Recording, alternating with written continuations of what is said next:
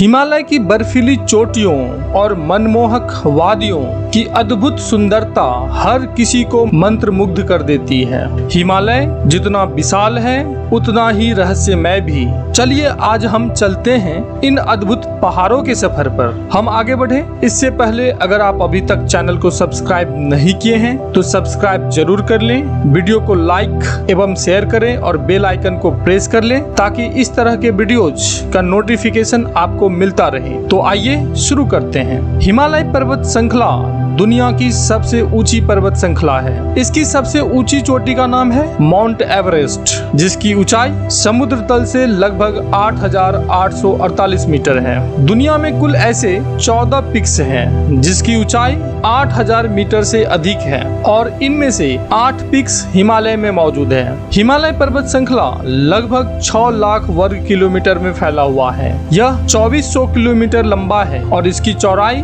200 से 400 किलोमीटर तक है। हिमालय पर्वत श्रृंखला 5 देशों भारत, नेपाल, भूटान, चीन और पाकिस्तान में फैला हुआ है। यह पर्वत श्रृंखला जितना ही ऊंचा, विशाल, सुंदर और एडवेंचरस है उतना ही रहस्यमय भी। यह अपने रूप से दुनिया भर के पर्यटकों को अपनी ओर आकर्षित करता है। हर साल सैकड़ों लोग माउंट एवरेस्ट की चढ़ाई करने आते हैं। उनमें से बहुत सारे लोग कभी वापस नहीं जा पाते क्योंकि इसकी आसमान छूती चोटियों पर हालात बेहद खतरनाक होता है। लेकिन फिर भी लोगों के लिए ये आकर्षक और लुभावनी डेस्टिनेशन है और यही वजह है कि हर साल दुनिया भर से लाखों की संख्या में लोग इस हिमालय पर्वत श्रृंखला में घूमने के लिए आते हैं। हिमालय पर्वत के नीचे से ऊपर जाने पर इसके भूदृश्य और इस पर पनपने वाले जीव जगत लगातार बदलते जाते हैं। हिमालय के सबसे निचले क्षेत्र को हम तराई क्षेत्र या हिमालयन फुटहिल कहते हैं। इस रीजन में हमें विशाल जंगल मिलता है। इस जंगल में तरह तरह के जीव रहते हैं जैसे हाथी, बाघ, तेंदुआ, गैंडा, हिरन और 500 से भी अधिक प्रकार के पक्षी। इस रीजन में इंसानों की भी घनी आबादी बसी हुई है। ये रीजन हिमालय से नीचे उतरने वाली नदियों से सींची जाती है और हिंद महासागर से आने वाली हवाओं के हिमालय से टकराने और ऊपर उठने से यहाँ खासकर मानसून के मौसम में घनघोर बारिश होती है। इसी वजह से ये रीजन बहुत उपजाऊ है और यहाँ इतना घना जंगल पनप पाया है। ये जंगल एक जैविक खजाने जैसा है। इसमें 1000 से भी ज्यादा पेड़ों की प्रजातियां पाई जाती है जिसमें साल, सागौन और बांस के पेड़ प्रमुख हैं। ये लगभग 80,000 वर्ग किलोमीटर में फैला हुआ है और इसे हम सब ट्रॉपिकल डिसिडुअस फॉरेस्ट कहते हैं। डिसिडुअस ट्रीज ऐसे ट्रीज को कहा जाता है जिसके पत्ते चौड़े और मुलायम होते हैं। ये पेड़ साल में एक बार अपना पूरा पत्ता गिरा देते हैं, लेकिन पत्ते गिरने से पहले इनके रंग बदल जाते हैं जैसे हरे से पीले। इसलिए अगर आप एक डिसिडुअस फॉरेस्ट को अलग अलग मौसम में देखें तो ये अलग अलग रंग के दिखाई देते हैं और यही इनका अलग अलग रंग प्रकृति का मनमोहक दृश्य पैदा करता है। इसके अलावा डिसिडुअस पेड़ों अपने रंग बिरंगे फूल और रसीले फलों के लिए भी जाने जाते हैं। ये रंग बिरंगे फूल और फल ढेर सारे अलग अलग प्रकार के कीट पतंगों और पक्षियों को भोजन प्रदान करते हैं। यही वजह है कि एक डिसिडुअस फॉरेस्ट में इतने विविध प्रकार के प्राणी पाए जाते हैं। यह प्यारा जंगल हिमालय के तराई से लेकर करीब 1.5 किलोमीटर की ऊंचाई तक मिलता है। लेकिन जैसे ही हम इसके ऊपर जाते हैं जंगल का स्वरूप बदलने लगता है और साथ में यहाँ के मौसम का मिजाज भी। अब हमें सिर्फ डिसिडुअस पेड़ नहीं मिलता बल्कि हमें कनिफेरस पेड़ भी अच्छी खासी संख्या में मिलने लगता है। दरअसल 1.5 किलोमीटर की ऊंचाई के बाद जो जंगल हमें मिलता है वह डिसिडुअस और कनिफेरस पेड़ों का मिश्रण है। कनिफेरस पेड़ ऐसे पेड़ होते हैं जो काफी ऊंचाई और ठंडे क्षेत्र में उगते हैं।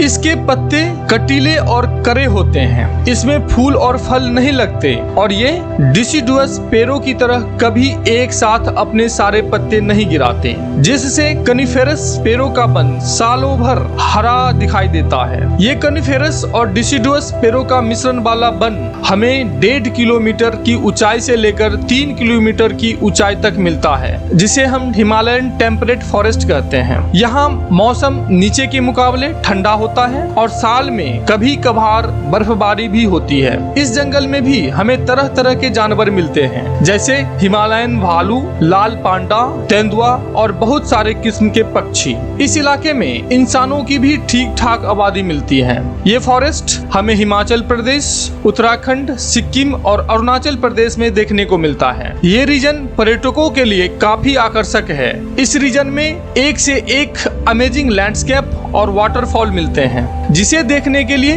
पर्यटक दूर दूर से खिंचे चले आते हैं। इससे ऊंचा जाने पर मतलब 3 किलोमीटर की ऊंचाई से 4 किलोमीटर के बीच हमें एक अलग तरह के जंगल देखने को मिलता है। यह जंगल सब ट्रॉपिकल फॉरेस्ट की तरह घना नहीं होता। पेड़ों के बीच अच्छी खासी जगह होती है और जंगल के फ्लोर झाड़ियों से ढका नहीं होता है। इस ऊंचाई पर हमें सिर्फ कटीले पत्ते वाले कॉनिफेरस पेड़ मिलते हैं। यहाँ सिर्फ ठंडी हवा और सूखे क्षेत्र में उगने वाले पेड़ मिलते हैं। ये वन सब अपलाइन फॉरेस्ट कहलाते हैं। सब अपलाइन फॉरेस्ट भी हमें हिमाचल प्रदेश, उत्तराखंड, सिक्किम और अरुणाचल प्रदेश के कई ऊंचाई वाले जगहों पर देखने को मिलते हैं। यहाँ मौसम बहुत ठंडा होता है। यहाँ गर्मी का सीजन बहुत ही छोटा होता है, जब तापमान मुश्किल से करीब 10 से 20 डिग्री सेल्सियस पहुँच पाता है। यहाँ शीतकालीन सीजन बहुत लंबा होता है, जिसमें बहुत बर्फबारी होती है। यहाँ का मौसम काफी कठोर होता है, लेकिन हमें इस ऊंचाई पर भी वन्य जीव मिलते हैं, जैसे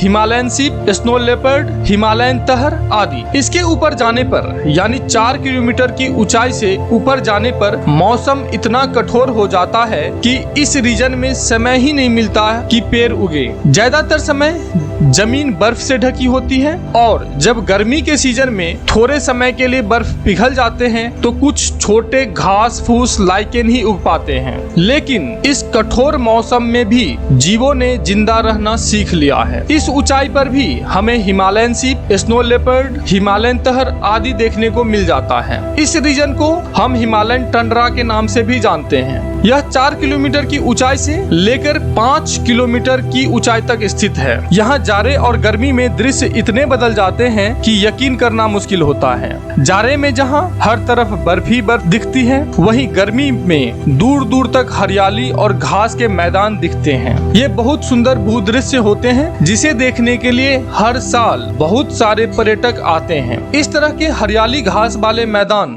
हमें लद्दाख के लेह वैली और जांस्कर वैली में मिलते हैं। इसके ऊपर जाने पर मतलब 5 किलोमीटर की ऊंचाई पर घास भी नहीं उग पाता है। यहाँ मुश्किल से कहीं अलगी और मॉसेस दिख जाता है। यहाँ सालों भर बर्फ जमी रहती है, बड़े बड़े ग्लेशियर्स दिखते हैं और सामान्य तापमान -20 डिग्री से -30 डिग्री सेल्सियस तक होता है। यहाँ बहुत तेज हवा चलती है जो मौसम को और भी दुर्भर बना देती है। जीव के नाम पर यहाँ वही बैक्टीरिया पनप पाते हैं जिसे एक्स्ट्रोमोफाइल्स कहते हैं, यानी बहुत कठोर परिस्थितियों में रहने वाले बैक्टीरिया। लेकिन यहाँ स्नो लेपर्ड, हिमालयन तहर और कुछ पक्षी नीचे से कभी कभी घूमने आ जाते हैं। जबरदस्त ठंड, तेज बर्फीली हवा, हर तरफ बर्फ की चादर, खिसकते और छटकते ग्लेशियर्स की आवाज रूह कपा देती है।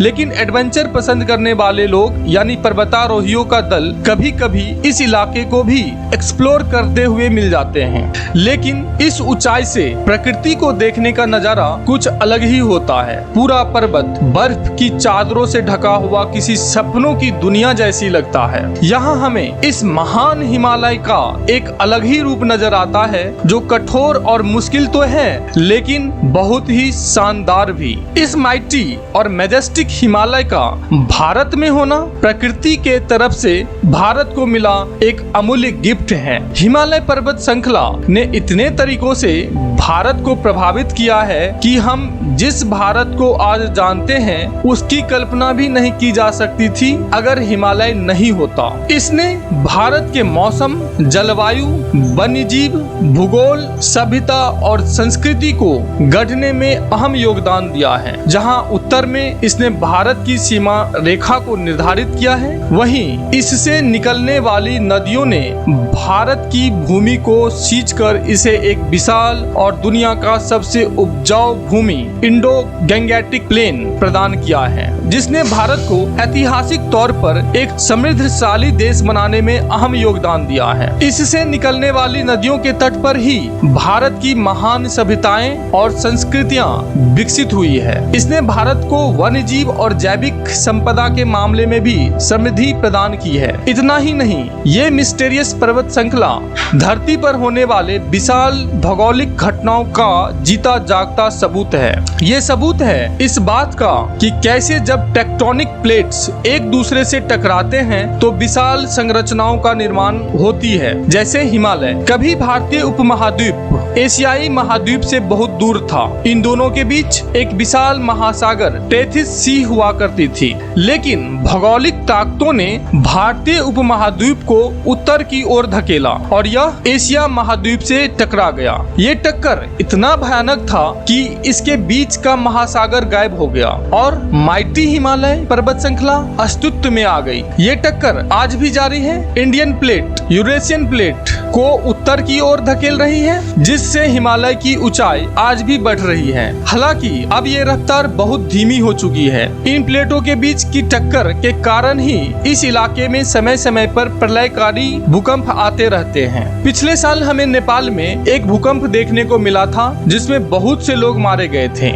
यह भूकंप इन्हीं प्लेटों के बीच की टक्कर का परिणाम है। हिमालय पर्वत श्रृंखला अपने अंदर बहुत सारे इतिहास के राज भी छुपाए हुए हैं। इनकी चट्टानों में हमें ऐतिहासिक समुद्री जीवों के जीवाश्म मिलते हैं, जो हमें धरती के इतिहास के बारे में बहुत सारे कहानियां बता सकते हैं, जिसके बारे में हमें अभी कोई अंदाजा नहीं है। इसकी चट्टानों में छुपे राज जीवन और धरती के बारे में बहुत से गुत्थियां को सुलझा सकते हैं। इस तरह हिमालय न सिर्फ हमारे लिए एक प्राकृतिक धरोहर है, बल्कि ये भूगोल और इतिहास का एक मिस्टीरियस वर्ल्ड है। आशा है कि आप सभी को ये वीडियो जरूर पसंद आई होगी। ऐसे ही वीडियोस के लिए हमारे साथ जुड़े रहे। चैनल को सब्सक्राइब, वीडियो को लाइक एवं शेयर जरूर करें और बेल आइकन को प्रेस कर लें, ताकि इस तरह के वीडियोज आप तक पहुंचता रहे। तो मिलते हैं अगले वीडियो में कुछ और रोचक एवं महत्वपूर्ण जानकारियों के साथ। धन्यवाद।